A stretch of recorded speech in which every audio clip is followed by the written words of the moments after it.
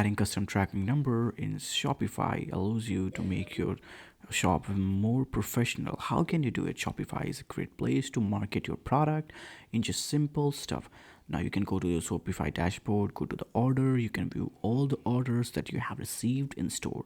Now you can select your which display status partially fulfilled and unfulfilled. Now select the mark as fulfilled option. Once you do it, it will take you to the page next one where you can add the tracking number. On the next page at the bottom of your screen, enter shipment's tracking number in a box labeled as tracking information. Now Shopify will automatically choose a carrier based on the format of your tracking number. If you don't want to use your choosing shipping carrier, you can select your own, choose it from the shipping carrier drop menu. That's very simple actually. Now it's Shopify doesn't support you choose on shipping carrier. You can choose other from the shipping carrier drop down menu and check out the page. You can manually enter the tracking information. Once you are done with the step, click on fulfill items and now you're ready to go.